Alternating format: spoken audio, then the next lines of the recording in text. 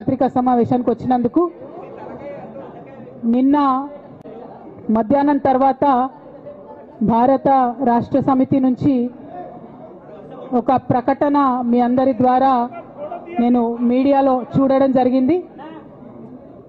మరి బీఆర్ఎస్ నుండి వచ్చినటువంటి ఈ ప్రకటనలో పార్టీ ఎమ్మెల్సీ శ్రీమతి కె కవిత ఇటీవలి కాలంలో ప్రవర్తిస్తున్న తీరుతెన్నులు, కొనసాగిస్తున్న పార్టీ వ్యతిరేక కార్యకలాపాలు బీఆర్ఎస్ పార్టీకి నష్టం కలిగించే రీతిలో ఉన్నందున పార్టీ అధిష్టానం ఈ విషయాన్ని తీవ్రంగా పరిగణిస్తున్నది.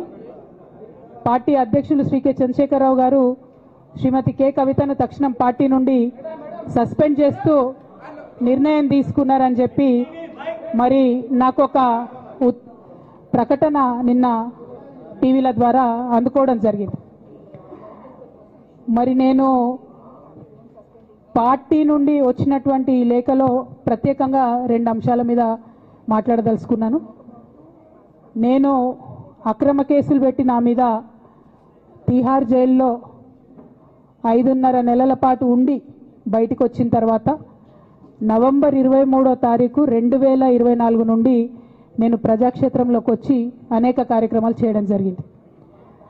మరి నేను చేసినటువంటి పనులలో మొట్టమొదటిది ఒక బిడ్డ హాస్టల్లో చనిపోతే ఆమెను విజిట్ చేసి, అట్లానే గురుకులాల్లో జరుగుతున్నటువంటి అన్యాయాల మీద మొట్టమొదటి కార్యక్రమం తీసుకొని నేను మాట్లాడినా. ఆ తర్వాత బీసీలకు జరుగుతున్నటువంటి అన్యాయం, కాంగ్రెస్ పార్టీ మేనిఫెస్టోలో ఇచ్చినటువంటి 42% హామీ కోసము పెద్ద ఎత్తున నేను పనిచేయడం జరిగింది. అట్లానే మహిళలకు 2500 ఇవ్వాలని చెప్పి పోస్ట్ కార్డు ఉద్యమాన్ని నేను చేపట్టడం జరిగింది. పెద్దవాళ్లకు పెన్షన్లు పెంచాలని నేను ఉద్యమాలు చేయడం జరిగింది. తెలంగాణ తల్లి స్వరూపాన్ని మారిస్తే అట్లెట్లా మారుస్తారని రౌండ్ టేబుల్ సమావేశం పెట్టినాం. బనకచర్లు అక్కడ గడుతున్నారంటే దాని మీద రౌండ్ టేబుల్ సమావేశం పెట్టినాం. ఓవరాల్గా తెలంగాణ ప్రాజెక్టులు, అందుబాటులో ఉన్నటువంటి నీళ్లు, వీటన్నిటి మీద కూడా రౌండ్ టేబుల్ పెట్టినాం. భద్రాచలం దగ్గర 5 గ్రామాలు ముంపు సమస్య ఉంది, ఎవరు పట్టించుకుంటలేరంటే వాళ్ళని పిలిపించుకొని రౌండ్ టేబుల్ సమావేశం పెట్టి ప్రభుత్వం మీద ఒత్తిడి తీసుకొచ్చే కార్యక్రమం చేసినాం. ముఖ్యమంత్రి గారి సొంత జిల్లా మహబూబ్ నగర్లో భూ నిర్వాసితులకు అన్యాయం జరుగుతుందంటే నారాయణపేట నియోజకవర్గం వెళ్ళి వాళ్లకు మద్దతుగా మేము నిలబడి రావడం జరిగింది. అట్లానే 47 నియోజకవర్గాలలో బీఆర్ఎస్ కండువా బాజాప్తా కప్పుకొని, గులాబీ కండువా బాజాప్తా కప్పుకొని ఎక్కడికి పోతే అక్కడ రావుల చంద్రశేఖర్ రెడ్డి గారిని రిక్వెస్ట్ చేసి భవన్ నుంచి అక్కడ ఉండేటటువంటి బీఆర్ఎస్ నాయకులకు అఫీషియల్ కమ్యూనికేషన్ చేపించి ప్రతి ఒక్క బీఆర్ఎస్ నాయకులకు, కార్యకర్తలకు మాట్లాడి ఆయా పర్యటనలకు వెళ్ళినప్పుడు అందరినీ కలుపుకొని బాజాప్తా గులాబీ కండువా వేసుకొని 47 నియోజకవర్గాలు నవంబర్ 23, 2024 నుండి ఈ రోజు వరకు నేను పర్యటన చేసి అనేక ప్రజా సమస్యల మీద మాట్లాడడం జరిగింది. మరి ఇవన్నీ పార్టీ వ్యతిరేక కార్యకలాపాలు అన్నది నాకు అర్థం కాలేదు. ఎట్లా వ్యతిరేక కార్యకలాపాలు అవుతాయన్నది కూడా ఒకసారి పార్టీ పెద్దలు పునరాలోచించుకోవాలని చెప్పి నేను రిక్వెస్ట్ చేస్తూ ఉన్నాను. అదేవిధంగా మరి బీసీల కోసం నేను పోరాటం చేస్తుంటే అట్లెట్లా మాట్లాడుతుంది, ఇట్లెట్లా మాట్లాడుతుంది, పార్టీకి వ్యతిరేకంగా మాట్లాడుతుంది. అరే, నేను కాంగ్రెస్ పెద్దల మీద ఒత్తిడి తీసుకొస్తుంటే బీసీలకు 42% అమలు చేయాలంటే ఏది పడితే అది చిల్వల్ పల్వల్గా నా మీద రాపించడం, ప్రచారం చేయడం, చాలా దారుణమైనటువంటి పనులు పార్టీలో ఉన్నటువంటి కొందరు పని కట్టుకొని, కత్తి కట్టుకొని నా మీద చేయడం జరిగింది. అట్లానే నేను ఒక మాట ఏమన్నా, సామాజిక తెలంగాణ సాధన కోసం నేను కట్టుబడి ఉన్నా అన్న. దానిలో తప్పేముంది? అసలు నాకు జన్మనిచ్చినటువంటి నా తండ్రి, ఈ ప్రాణాన్ని భిక్షగా ఇచ్చినటువంటి నా తండ్రి, ఆయన చిటికెన వేలు పట్టుకొని నేను ఓనమాలు నేర్చుకున్న ఉద్యమాలు ఎట్లా చేయాలని, ఆయన చిటికెల వేలు పట్టుకొని ప్రజలంటే ఏంది, ప్రజా సమస్యలు అంటే ఏంది, ఎందుకోసం దాని మీద గలమెత్తాలని చెప్పి నేను నేర్చుకున్నా. ఆ నాయకుడి స్ఫూర్తిగానే నేను సామాజిక తెలంగాణ మాట్లాడినా. భారతదేశం మొత్తంలో ఇన్ని రాష్ట్రాల్లో ముఖ్యమంత్రులు అయితే 75 ఏళ్ళ స్వతంత్ర భారతదేశం, 79 ఏళ్ళు స్వతంత్ర భారతదేశంలో దళితులకి 3 ఎకరాల భూమి ఇస్తా అని చెప్పినటువంటి ఏకైక గొప్ప నాయకుడు కేసీఆర్ గారు. ఆయన దగ్గర నుంచే కదా నేను సామాజిక తెలంగాణ ఎజెండా నేర్చుకున్నది. బీసీలకు ఎవరు వృత్తి పనిదారులు ఉంటే వాళ్ళకి చేయూతనిస్తా అని చెప్పినటువంటి ఏకైక ముఖ్యమంత్రి కేసీఆర్ గారు. చెప్పినట్టుగా డబ్బులు ఇచ్చిండు కూడా, ప్రతి కులాన్ని కాపాడుకునే ప్రయత్నం చేసిండు. అది కాదా సామాజిక తెలంగాణ? నేను మే 1 నాడు లేబర్ డే రోజు మాట్లాడితే దాన్ని చిల్వలు పలువలు చేసి సామాజిక తెలంగాణ పేరుతోని కవిత పార్టీ పెడుతుందని చెప్పి నేను నిన్న చెప్పిన 2 పేర్లు పని కట్టుకొని నా మీద దుష్ప్రచారం చేసిండ్రు. నేనేమైనా తప్పు మాట్లాడినా? బీఆర్ఎస్ పార్టీ వ్యతిరేకమా సామాజిక తెలంగాణ నినాదానికి? బీఆర్ఎస్ పార్టీకి సామాజిక తెలంగాణ అవసరం లేదా? భౌగోళిక తెలంగాణ వస్తే సరిపోతుందా? బంగారు తెలంగాణ కావాలని కేసీఆర్ గారు ఇచ్చిన నినాదమే కదా. బంగారు తెలంగాణ అంటే ఏంది? హరీష్ రావు ఇంట్లో బంగారం ఉంటే, సంతోష్ రావు ఇంట్లో బంగారం ఉంటే బంగారు తెలంగాణ అవుతుందా? కాదు కదా. ప్రతి ఒక్క సమాజం బాగుంటేనే బంగారు తెలంగాణ అవుతుంది. నేను అదే కదా మాట్లాడినా. దానికి ఇష్టం వచ్చినట్టు నా మీద స్టోరీ లేపిస్తే నేను భవన్లో పోయి కూర్చొని బాజాప్తా, ఎక్కడో కాదు, బయట ప్రెస్ మీట్ పెట్టలేదు, ఏ ప్రెస్ క్లబ్లో పెట్టలేదు, డైరెక్ట్గా తెలంగాణ భవన్ నా ఆఫీస్ అండి, నా పార్టీ భవన్లో పోయి కూర్చొని నేనేం చెప్పినా? నా మీద కుట్రలు జరుగుతున్నది, నా మీద విషప్రచారం జరుగుతున్నది అని చెప్పిన. నేను రామన్నను బుజ్జగించి గడ్డం పట్టుకొని అడుగుతా ఉన్నా, అన్న నీ చెల్లెని, ఒక మహిళా ఎమ్మెల్సీని మన పార్టీ ఆఫీస్లో కూర్చొని నా మీద కుట్రలు జరుగుతున్నాయని నేనంటే మీరు వర్కింగ్ ప్రెసిడెంట్గా ఉన్నారన్నా ఫోన్ చేయరా అన్న? నాకు ఏమైంది బేటా, ఎందుకు బాధపడుతున్నావు అని ఫోన్ చేయరా? ఇది ఎప్పుడు జరిగిన ఇన్సిడెంటు? లేక లీక్ కాకముందు, నేను నా కొడుకు గ్రాడ్యుయేషన్కి అమెరికా పోకముందు, అంతకుముందే. మరి మీరు వర్కింగ్ ప్రెసిడెంట్ కదన్నా, నేను పార్టీ ఎమ్మెల్సీని కదా. చెల్లెలు అన్న బంధుత్వాలు పక్కన పెడదాం ఒక్క నిమిషం. ప్రొఫెషనల్ సెటప్లో ఒక పొలిటికల్ పార్టీలో ఒక మహిళా ఎమ్మెల్సీ భవన్లో కూర్చొని నా మీద కుట్రలు జరుగుతున్నాయంటే మీరు మాట్లాడినరా అన్న?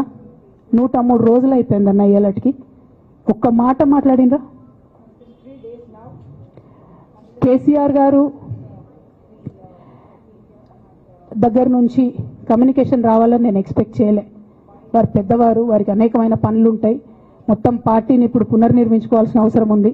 తెలంగాణకు జరుగుతున్నటువంటి అన్యాయాన్ని వారు ఎప్పటికప్పుడు దిశానిర్దేశం చేయాల్సిన అవసరం ఉంది. కానీ వర్కింగ్ ప్రెసిడెంట్ గారి దగ్గర నుంచి ఫోన్ రాకపోవడం మాత్రం ఒక మాట అనిపించింది నాకు. నేను కేసీఆర్ గారి బిడ్డను, నేను కూర్చొని ప్రెస్ మీట్ పెడితేనే రెస్పాన్స్ రాలేదంటే మరి ఇంకో మామూలు మహిళా కార్యకర్తకు బీఆర్ఎస్ పార్టీలో మన అన్యాయం జరిగితే రెస్పాన్స్ వస్తుందా? నాకైతే అనిపించలేదు. వస్తుందేమో నాకు తెలియదు. కానీ నేను ఒక మాటకు నాకు సంతోషం అనిపించింది.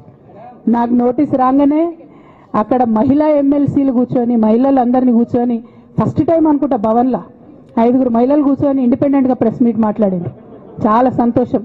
ఇటువంటి అంతర్గత ప్రజాస్వామ్యం రావాలనే నేను కోరుకున్నా.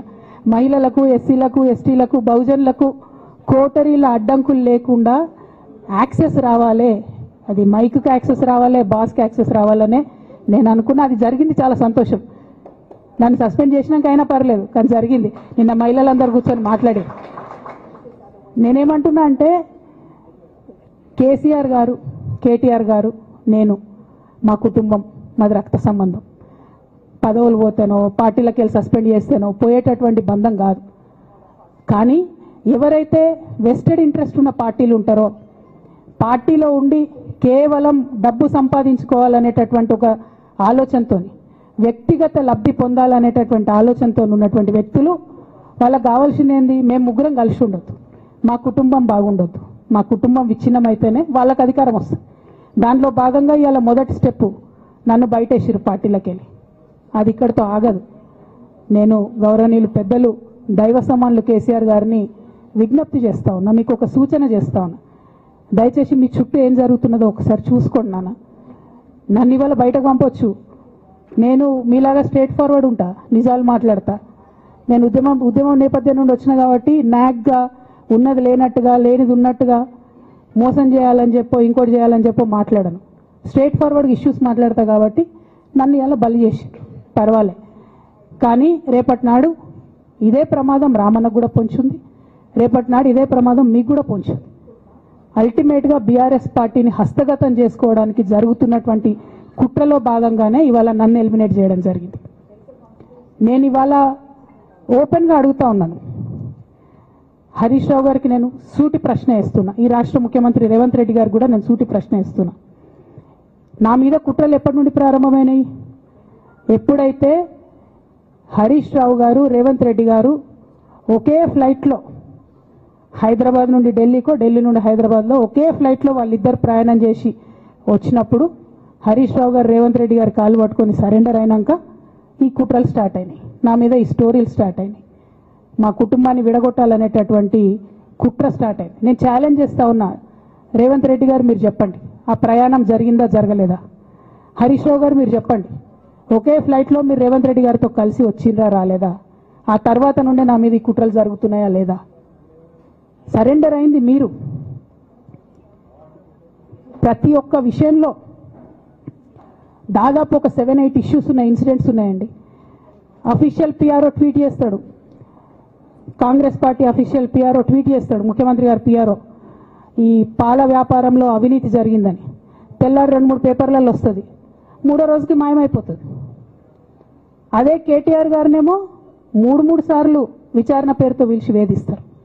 అంటే కేసీఆర్ కుటుంబం నికార్స్గా బరిగీసుకొని కాంగ్రెస్ పార్టీతో రేవంత్ రెడ్డితో కొట్లాడుతున్నాం కాబట్టి మా మీదనేమో కుట్రలు జరుగుతాయి, మా మీదనేమో కేసులు పెడతారు. మీ మాత్రం 1 or 2 days హెడ్లైన్స్ వస్తే తర్వాత న్యూస్ గాయబవుతుంది. ఎన్ని జరగలే చెప్పండి హరీష్ రావు గారి విషయంలో? ఫస్ట్ పాల వ్యాపారం మీద ఏమొచ్చినాయి ఆరోపణలు? ఆనాడు బీఆర్ఎస్ పార్టీ గవర్నమెంట్లో SC ST BC హాస్టళ్లకు Harish Rao గారి పాల వ్యాపారం నుంచి పాలు సప్లై చేసిరనే ఆరోపణలు అయోధ్య రెడ్డి గారు ట్వీట్ చేసిరు. గతం 2 రోజులు పోయింది ఆరోపణ. ఎందుకు? సరెండర్. నెక్స్ట్ ఒక అభియోగం చేసిరు ముఖ్యమంత్రి గారు, రంగనాయక్ సాగర్ దగ్గర ఈయన ఫామ్ హౌస్ ఉంది, అది ప్రభుత్వ భూమి, కబ్జా చేసిండని. 1 day headline, 3rd day news గాయబ్. No case, nothing. కేటీఆర్ పరిస్థితి ఏంటి? ఎన్ని కేసులు పెట్టిరు కేటీఆర్ అన్న మీద? ఎన్నిసార్లు పిలిచిండు విచారణకు? ఇవన్నీ పక్కన పెడదాం, నిన్నటి లేటెస్ట్ ఇష్యూ మాట్లాడదాం. కాళేశ్వరం కానీ ఇంకోటి కానీ ఏ ప్రభుత్వంలో అయినా పొలిటికల్ పాలసీ చేసేవాళ్ళు, విధానపరమైన నిర్ణయాలు తీసుకునే వాళ్ళు ముఖ్యమంత్రులు ఉంటారు. కింద ఉన్నటువంటి మంత్రులు దాన్ని ఎగ్జిక్యూట్ చేయాలి. కేసీఆర్ గారు ఒక పాలసీ డెసిషన్ తీసుకున్నారు, నేను కాళేశ్వరం ప్రాజెక్టు కడతా, దానికి ఇన్ని డబ్బులు ఇస్తా అని. ఆనాడు మంత్రి ఎవరు?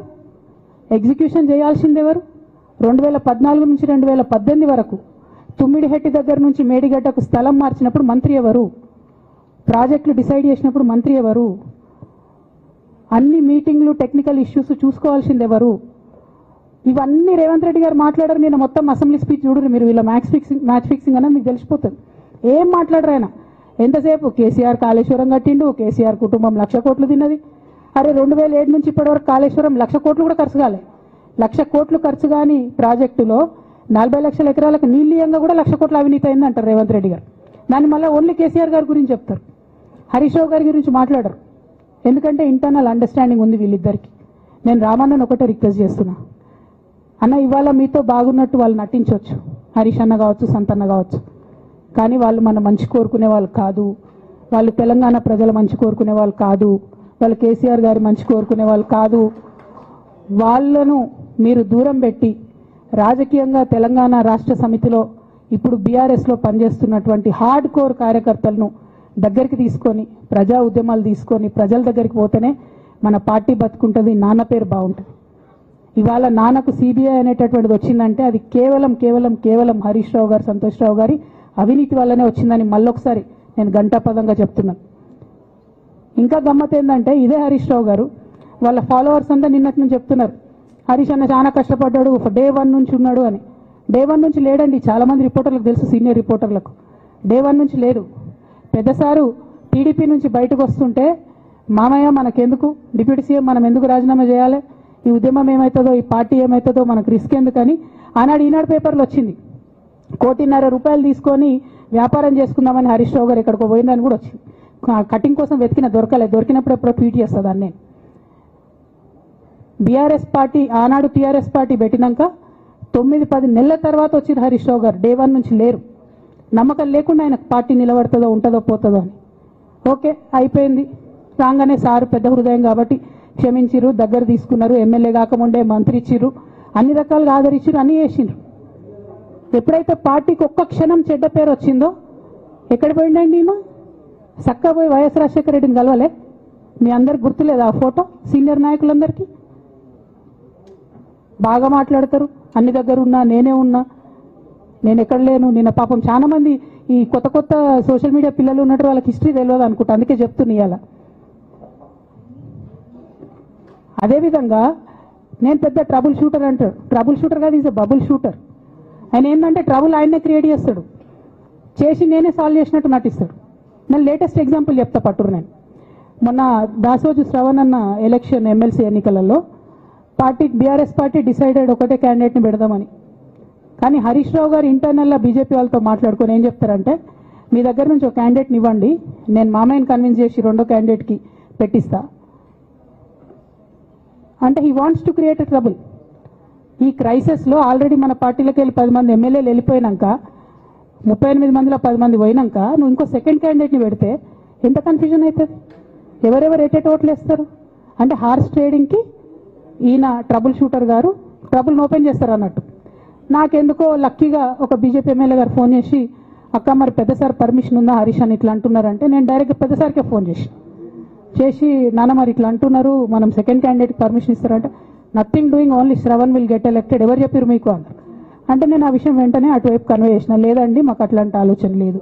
ఎందుకు ఈ రీసెంట్ ఎగ్జాంపుల్ చెప్తున్నా ఇవాళ అంటే, హరీష్ రావు గారు ట్రబుల్ క్రియేట్ చేసి ట్రబుల్ని మాఫీ చేసినట్టుగా ప్రయత్నం చేస్తారు. బీఆర్ఎస్ కార్యకర్తలందరికీ నేను నా తమ్ముళ్ళకి రిక్వెస్ట్ చేసి చెప్తున్నా, మా చెల్లెలకు రిక్వెస్ట్ చేసి చెప్తున్నా, మీకు పెద్ద స్థాయిలో జరిగే అన్ని విషయాలు తెలియకుండా అందరూ మన వెల్ విషర్స్ అనుకుంటారు. అది మీ తప్పు కాదు. ఎందుకంటే కేసీఆర్ సార్ అంత ఓపెన్ మైండ్తో ఓపెన్ హార్ట్తో ఉంటారు కాబట్టి బీఆర్ఎస్లో ఉన్న అందరూ అట్లే ఉంటారు అనుకుంటారు. కానీ చాలా మందికి చాలా హిడెన్ ఎజెండాస్ ఉన్నాయి. ఒక పక్క కాంగ్రెస్తో కలిసి ఉన్నారు, ఇంకో పక్క బీజేపీతో మాట్లాడుతున్నారు, ఎటు ఎవరితో అవసరమైతే అటు మాట్లాడుతున్నారు. అదేవిధంగా 2018 ఎన్నికలలో హరీష్ రావు గారు 20-25 మంది ఎమ్మెల్యేలకు ఎన్నికలలో అడిషనల్ ఫండింగ్ ఇచ్చారు, పార్టీ ఇచ్చింది కాకుండా. ఏడికేలు వచ్చినాయి హరీష్ రావు గారికి అన్ని డబ్బులు? 100% కాళేశ్వరంలో జరిగిన అవినీతి నుంచి వచ్చిన డబ్బులే. ఆయన ఆలోచన ఏం చేసిందంటే, ఏమన్నా కొద్దిగా అటు ఇటు అవుతుందేమో రిజల్ట్, నా దగ్గర ఎమ్మెల్యేస్ ఉండాలని ఆలోచన చేశాను. నీకు అసలు అట్లాంటి ఆలోచన ఎందుకు వచ్చింది? నేను కట్టప్పలాంటోని కేసీఆర్ గారి దగ్గర ఉండేటోని అంటావు కదా, నీకేం అవసరం వచ్చింది ఎమ్మెల్యేస్కి సపరేట్గా ఫండింగ్ ఇవ్వడానికి? ఎవరికి తెలియదు అనుకుంటారా? ఇది ఎవరు చెప్పారు అనుకుంటారా? ప్రతి ఒక్కరు చెప్తారు ఎమ్మెల్యేస్ ఓపెన్, నా పేర్లు కూడా తెలుసు, చెప్తే బాగుండదు, ఎమ్మెల్యేలు ఇబ్బంది పడతారు. నేను అనేది ఏంటంటే, 2009లో రామన్న సిరిసిల్ల ఎలక్షన్లో మా బంధువుకు సంబంధించిన వ్యక్తులతోని 60 లక్షల రూపాయలు పంపిన హరీష్ రావు గారు రామన్నను ఓడగొట్టడానికి. నిన్నగాక మొన్న ఒక వీడియో మీరు కూడా చూసిరు, ఒంటేరు ప్రతాప్ రెడ్డి గారిది. మీ మామయ్యను ఓడగొట్టమని ఎంతంటే అంత డబ్బులు ఇస్తా అని చెప్పిర్రని. ఓ పక్క కేసీఆర్ గారిని ఓడగొట్టాలి, ఓ పక్క కేటీఆర్ గారిని ఓడగొట్టాలి, నిజామాబాద్లో నా ఎంపీ సెగ్మెంట్లో అందరు ఎమ్మెల్యేలను మేనేజ్ చేయాలి, అందరిని మన కేసీఆర్ కుటుంబాన్ని ఓడగొట్టాలి, విచ్ఛిన్నం చేయాలి. కానీ కేసీఆర్ గారి పేరుతో వచ్చేటటువంటి బెనిఫిట్స్ మాత్రం అన్నీ కావాలి. మరి ఇటువంటి వారిని నా రిక్వెస్ట్ కేసీఆర్ గారితో కేటీఆర్ గారితో, వారిని మీ పక్కన పెట్టుకొని నిజం మాట్లాడే నన్ను బయటకు పంపితే మరి పార్టీ బాగుంటుందా? దయచేసి ఆలోచన చేసుకోండి. నేనేమంటున్నా రామన్న మిమ్మల్ని అంటే, నా మీద మీకు కోపం ఉండొచ్చు, నా మీద ఏముందో ఎవరేం చెప్పారో నాకు తెలియదు. నేను మాత్రం నా ప్రాణం పోయినా కేసీఆర్ గారికి హాని జరగాలని కానీ కేటీఆర్ గారికి హాని జరగాలని కానీ కోరుకోను. అది నా నైజం కాదు. ఆడపిల్లలకు అట్లుండదు. ఆడపిల్లలు ఇల్లు బాగుండాలనుకుంటారు. నా మనసుకి ఎంత గాయం అయితే, నాకు ఎన్ని అవమానాలు అయితే, నాకెంత ఇన్సల్ట్ అయితే, నా మీద ఎన్ని కుట్రలు జరిగితే నేను ఇట్లా మాట్లాడుతున్నది నా బాధ, ఇది నా ఆవేదన. నాన్న చూస్తలేరేంది వీళ్ళని అన్నది ఆవేదన, చూసుకుంటే క్షమిస్తారేంది ఇంకెన్నిసార్లు క్షమిస్తారు అన్నది నా బాధ. అంతే తప్ప నాకేం కోపం ఉంటుంది? ఎందుకు కోపం ఉంటుంది?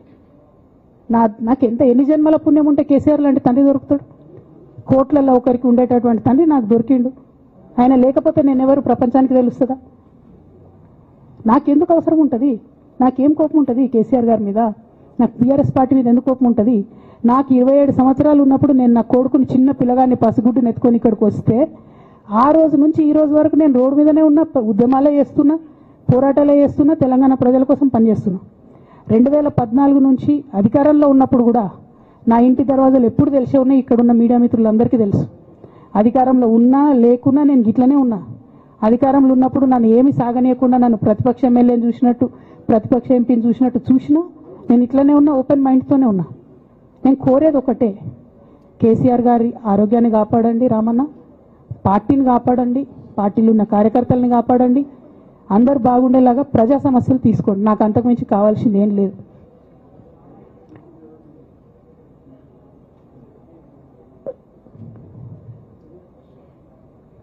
కానీ మొన్న అసెంబ్లీలో అర్ధరాత్రి దాకా పెట్టి రేవంత్ రెడ్డి గారు కేసీఆర్ గారిని తిడుతుంటే దయ్యాలు వేదాలు వాళ్ళు ఇస్తున్నట్టు అనిపించింది నాకైతే.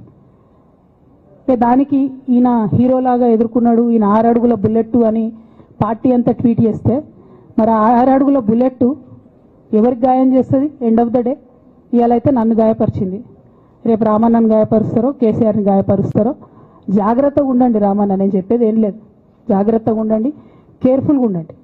అట్ ద సేమ్ టైం ఈ హరీష్ రావు గారి కారణంగా గమ్మత్ ఏముంటుందంటే, ఒకసారి హంపీకి పోతారు వీళ్ళందరూ, మీ అందరికీ తెలుసు ఆ స్టోరీ. హంపీకి పోయి పాటలు పాడుకుంటారు, మొత్తము చాలా మంది కలిసి కేసీఆర్ గారిని చాలా అవమానకరంగా మాట్లాడతారు, ఒక పార్టీని వెన్నుపోటు పడదామని డిజైన్ చేస్తారు. ఇదంతా వీరికి తెలుసు, హరీష్ రావు గారికి తెలుసు. నేను ఆ రోజు సాక్ష్యం ఉన్న హరీష్ అన్న వచ్చి లిటరల్లీ రామన్న చేతులు పట్టుకొని, అరే మామయ్యకి ఎప్పుడు సింక్ ఆర్ సేల్, నేను మామయ్యతోనే ఉంటా అని చెప్పి అక్కడ మాట్లాడుకున్న వాళ్ళందరూ వెబసార్ దగ్గర అవుట్ చేసిండి. ఆ తర్వాత పర్యవసానంలో ఈటల రాజేంద్ర అన్న బయటికి వెళ్ళడం. ఈ మహానుభావుడు వల్ల జగ్గారెడ్డి దగ్గర నుంచి మొదలు పెడితే, చెరుకు శ్రీనివాసరెడ్డి ముత్యంరెడ్డి అన్న కొడుకు దగ్గర నుంచి మొదలు పెడితే, రఘునందన్ రావు గారు, మైనంపల్లి గారు, విజయశాంతి గారు, విజయరామారావు గారు, ఆయన పాత పెద్ద ఆయన ఉండే ఈటల రాజేందర్ గారు, వీళ్ళందరూ పార్టీలోకి వెళ్ళి పోయినారు కదా, పోలేదా? ఇవన్నీ హరీషన్న చేసినాయి కదా. ఆనాడు దుబ్బాక ఉప ఎన్నిక ఎందుకు ఓడిపోయినాం? దుబ్బాక ప్రజలకు ఇప్పటికి కూడా గుర్తుంటుంది. వాళ్ళందరూ ఒకటే మాట చెప్తారు, ఈయన సిద్దిపేటకు తప్ప రూపాయి రానియాడు దుబ్బాకకు, ఈయన వచ్చి ప్రచారం చేసిండు కాబట్టి మేము ఓటేయాలని ఓపెన్గా చెప్పారు ఆనాడు ఎన్నికలలో. దానికి ఏం రాపించుకుంటాడు ఈయన పేపర్లల్లో? ఒంటరి పోరాటం చేసి ఓడిన హరీష్ రావు. అసలు ఓడిపోయిందే మీ వల్ల కదా. మీరు మీడియా మేనేజ్మెంట్లో సూపర్, అలా డౌట్ ఏం లేదు. రామన్న యూట్యూబ్లు మేనేజ్ చేసి నా మెయిన్ స్ట్రీమ్ మీడియా మేనేజ్ చేస్తాడు, అంతే, అంతకుమించి వేరే ఏం లేదు. నేను రామన్నని రిక్వెస్ట్ చేస్తున్నా, మీరు కూడా ఆ స్కిల్ నేర్చుకోండి అన్న. అట్లనే ఈటల రాజేందర్ గారు ఉప ఎన్నిక దగ్గరుండి హరీష్ అన్న గెలిపిలేదా అండి ఈటల రాజేందర్ని? ఆనాడు పీసీసీ అధ్యక్షుడిగా ఉండి రేవంత్ రెడ్డి గారు ఏమంటారు, కాంగ్రెస్ పార్టీ ఓడిపోతుంది ఇడా అని చెప్పి ఆయన ముందే డిక్లేర్ చేసిండు, ముందే చేతులు ఎత్తేసిండు. హరీష్ అన్న ఆడ పోయి కూర్చొని మరి ఈటల రాజేందర్ అన్నని గెలిపించొచ్చిండు. ఈ బంధం రేవంత్ రెడ్డి గారిది హరీష్ రావు గారిది అప్పటి నుంచి కొనసాగుతుంది, కొత్త బంధం ఏం కాదు ఇది. నేను కేసీఆర్ గారిని పెద్దల్ని రిక్వెస్ట్ చేసేది ఒకటే, ఈయన చేస్తున్న నక్క జిత్తుల్ని దయచేసి గమనించండి. ఇవాళ నేను బయట పోతా కావచ్చు, నాదేముంది, ఉద్యమంలోకి వెళ్ళి వచ్చినా మళ్ళీ ఉద్యమంలోకే పోతా, నాకు భయం ఏముంటుంది, నాకు ఎన్నడూ పదవుల మీద ఆశ లేదు.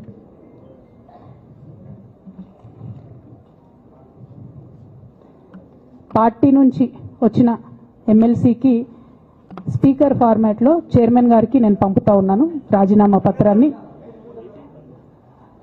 అట్లానే బీఆర్ఎస్ పార్టీ ప్రాథమిక సభ్యత్వానికి కూడా గౌరవ పెద్దలు కేసీఆర్ గారికి రాజీనామాను పంపుతా ఉన్నాను. దీన్ని మన రావుల చంద్రశేఖర్ రెడ్డి గారికి తెలంగాణ భవన్కి వారికి నేను పంపుతా ఉన్నాను.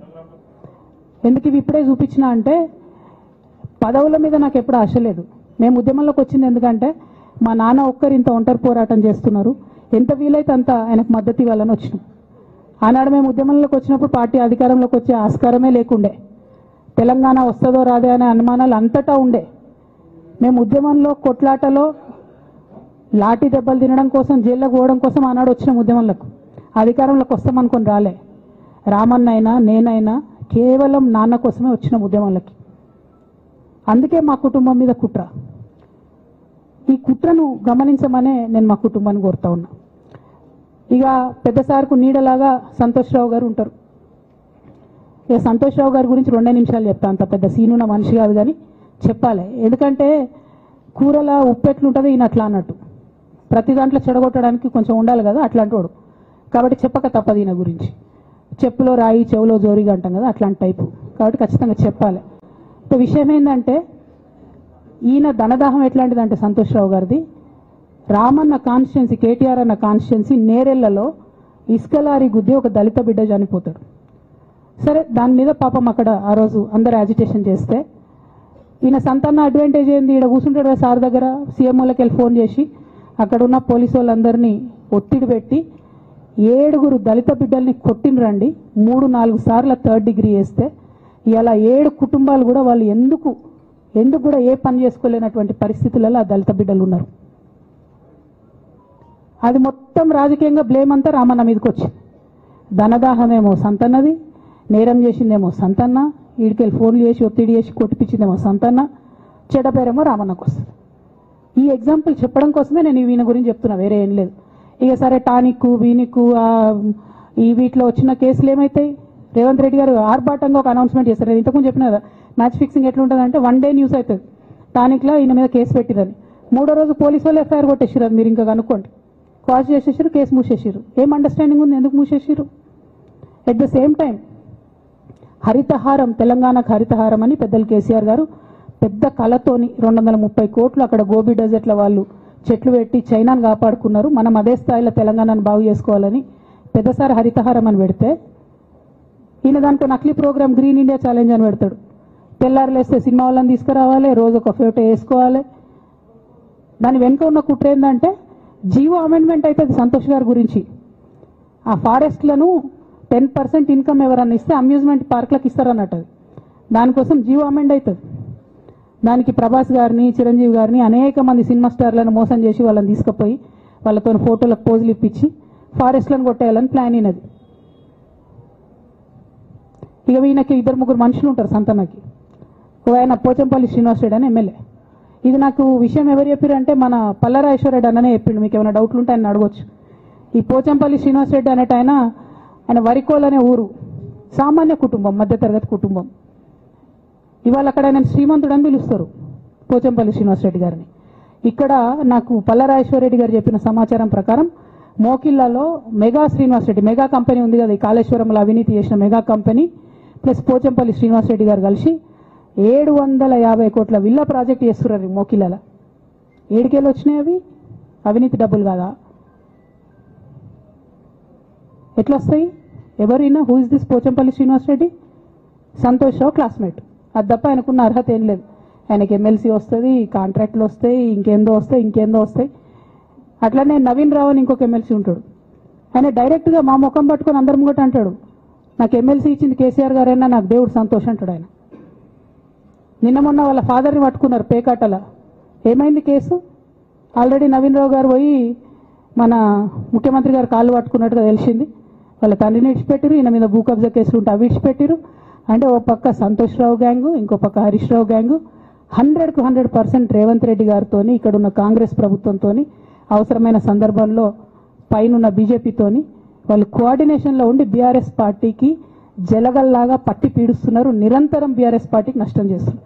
ఎంత దారుణానికి ఒడిగట్టిరంటే ఆఖరికి నా ఓటమితో ప్రారంభమైంది అది. నిజామాబాద్లో నా ఓటమిలో కుట్రలు చేశారు. ఆనాడే మనం రివ్యూ చేసుకుంటే బాగుండలేదు. కానీ ఇప్పుడు అది ఎక్కడికి వచ్చింది? కామారెడ్డిలో పెద్దసారి ఓడిపోయేదాకా వచ్చింది పరిస్థితి. మూడోసారి ప్రభుత్వం పోయేదాకా వచ్చింది పరిస్థితి. ఒక్కొక్క ఎలక్ట్ అయిన ఎమ్మెల్యేని, ఓడిపోయిన ఎమ్మెల్యేలు పత్రికా మిత్రులు మీరు మాట్లాడండి. సంతోష్ రావు గారి బాధితులు నాకు మామూలుగా ఫోన్ చేస్తలేరు. అచ్చా, ఈ కంపెనీ పేరు బ్లూఫిన్ అట, మోకిలా. పల్లరాజేశ్వరరెడ్డి అని అప్పుడు పంపిన మెసేజ్ చూస్తున్న పాతది. Bluefin company Mokila. అయితే నేనేమంటున్నా అంటే ఇంత స్పష్టమైనటువంటి నేను ఇస్తున్నా, రేవంత్ రెడ్డి గారిని నేను ఛాలెంజ్ చేస్తున్నా. మరి ఎందుకు మీకు మీ ఏసీబీ వాళ్ళకు వీళ్ళ ఇండ్లు అడ్రస్లు దొరుకుతలేవా? ఏం అండర్స్టాండింగ్ ఎందుకు లేదు మీకు? లేకపోతే మీరు చర్యలు ఎందుకు తీసుకుంటలేరని నేను సూటిగా రేవంత్ రెడ్డి గారిని ప్రశ్నిస్తున్నాను. ఇక తర్వాత వారు ఏం చేస్తారన్నది నాకు సంబంధం లేదు. ఇక నేను మాత్రం పర్టికులర్గా మళ్ళీ ఒకసారి నా బీఆర్ఎస్ పార్టీ కుటుంబ సభ్యులందరికీ, మా సొంత కుటుంబ సభ్యులకు కూడా రిక్వెస్ట్ చేస్తున్నది ఏంటంటే, నాకు 27 సంవత్సరాలు ఉన్నప్పుడు నేను రాజకీయాల్లోకి వచ్చిన, తెలంగాణ ఉద్యమం కోసం వచ్చిన. ఇవాళ నాకు 47 సంవత్సరాలు. అంటే నా 20 సంవత్సరాల జీవితం అంతా కూడా నేను బీఆర్ఎస్ పార్టీ కోసం, కేసీఆర్ గారి కోసం, తెలంగాణ జాగృతి కోసం, తెలంగాణ ప్రజల కోసం, తెలంగాణ ఆడబిడ్డల కోసం నేను గడిపిన. సడన్గా ఇవాళ నీకేం సంబంధం బీఆర్ఎస్తో అని, నువ్వెవరు అని చెప్పి సస్పెన్షన్ ఒకసారికి పంపిస్తే చాలా బాధాకరంగా ఉంది. పర్వాలేదు, అయినా నాకు ప్రజలు ఉన్నారు, నేను వాళ్ళ దగ్గర పోతా, వాళ్ళతో పాటు ఉంటా. కానీ బీఆర్ఎస్ పార్టీలో ఉన్న నాయకుల, కార్యకర్తలకు రిక్వెస్ట్ చేస్తాను, సోషల్ మీడియాలో వచ్చే పిచ్చి పిచ్చి పట్టుకొని ప్రజాప్రతినిధులు ప్రెస్ మీట్ పెట్టిరు నిన్న భవన్లో. నేను నిన్న మొన్నటి రోజు వాళ్ళ మీద ప్రెస్ మీట్ పెట్టినప్పుడు ఏమన్నా, కేసీఆర్ గారికి నష్టం చేసిన పార్టీ ఉంటే ఎంత పోతే ఎంత అన్న. సోషల్ మీడియాలో ఉన్న బీఆర్ఎస్ పార్టీ కొంతమంది దుర్మార్గులు ఉన్నారు, సోషల్ మీడియా వెంగు చూసేటోళ్ళు. వాళ్ళ ముంగట విషయం కట్ చేసిరు. ఏది కేసీఆర్ గారికి నష్టం చేసిన విషయం కట్ చేసి బీఆర్ఎస్ పార్టీ ఉంటెంత పోతెంత నేను అన్నా అని చెప్పి ప్రచారం చేస్తున్నారు. నాదే పార్టీ బీఆర్ఎస్ పార్టీ. 20 ఏళ్ళు నేను కష్టపడ్డా. నేను తెలంగాణ జాగృతి పెట్టి ఇండిపెండెంట్గా పనిచేసినప్పుడు ఇండిపెండెంట్గా పనిచేసినప్పుడు ఓటేయమని ఎవరికి చెప్పినా నేను బీఆర్ఎస్ పార్టీకి ఓటేయమని చెప్పినా కదా. నా జీవితంలో ఇంతవరకు నేను ఇంకో పార్టీకి ఓటేయమని చెప్పలే, ఇంకో పార్టీకి ఓటేయలే. ఎట్లయితే కంప్యూటర్లో హార్డ్వేర్ ఉంటుందో అది బీఆర్ఎస్ పార్టీ, సాఫ్ట్వేర్ తెలంగాణ జాగృతి. శరీరం బీఆర్ఎస్ పార్టీ అయితే ఆత్మ జాగృతిగా పనిచేసినాం, తెలంగాణ ఆత్మగా పనిచేసినాం. మేము తెలంగాణ ఆత్మగౌరవం కోసం పనిచేసినాం, తెలంగాణ ఆత్మగౌరవ ప్రతీకలైనటువంటి బతుకమ్మ బోనాలను నిలబెట్టడం కోసం పనిచేసినాం. ఆ కాంట్రిబ్యూషన్ ఏం లేదా? నేనేం చేయలేదు ఆ పార్టీకి. నిజామాబాద్లో చికెన్ గున్యా వచ్చి బాధపడుతుంటే గల్లీ గల్లీ గల్లీ తిరిగి 2018లో ఒక్కొక్క ఎమ్మెల్యేకు ఎంత తిరిగినా అన్నది అక్కడ నిజామాబాద్ ప్రజలకు తెలుసు. ఏం కాంట్రిబ్యూషన్ లేదన్నది, ఓన్లీ హరీష్ అన్నది సంతన్నదే ఉన్నదా కాంట్రిబ్యూషన్? వీళ్ళు మేకవన్నే పులులు నాన్న, వీళ్ళు మీ ముంగట నటిస్తారు అంతే, బయట వాళ్ళ నిజస్వరూపం వేరేలాగా ఉంటుంది. యాజ్ అ డాటర్గా రిక్వెస్ట్ చేస్తున్నా, ఒకసారి ఆలోచన చేయండి వాళ్ళ గురించి. నాకేమొద్దు, నన్ను పార్టీలోకి వెళ్ళి సస్పెండ్ చేసి నో ప్రాబ్లం, కానీ వాళ్ళని పార్టీలో ఉంచుకుంటే పార్టీ ఎట్లుంటుంది అన్నది మీరు ఆలోచన చేసుకోండి. ఇక అల్టిమేట్గా నేను చెప్పదలుచుకున్నది ఒకటే,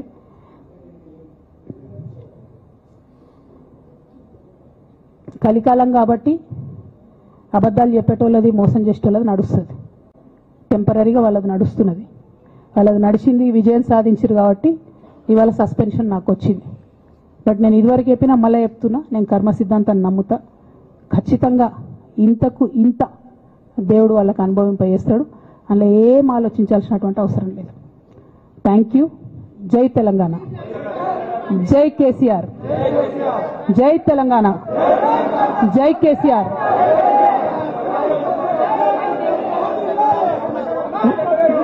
వన్ బై వన్.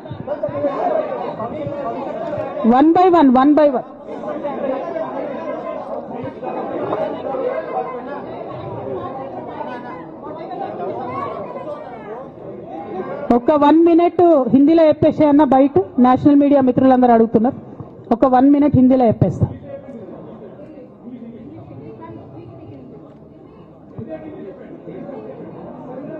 आज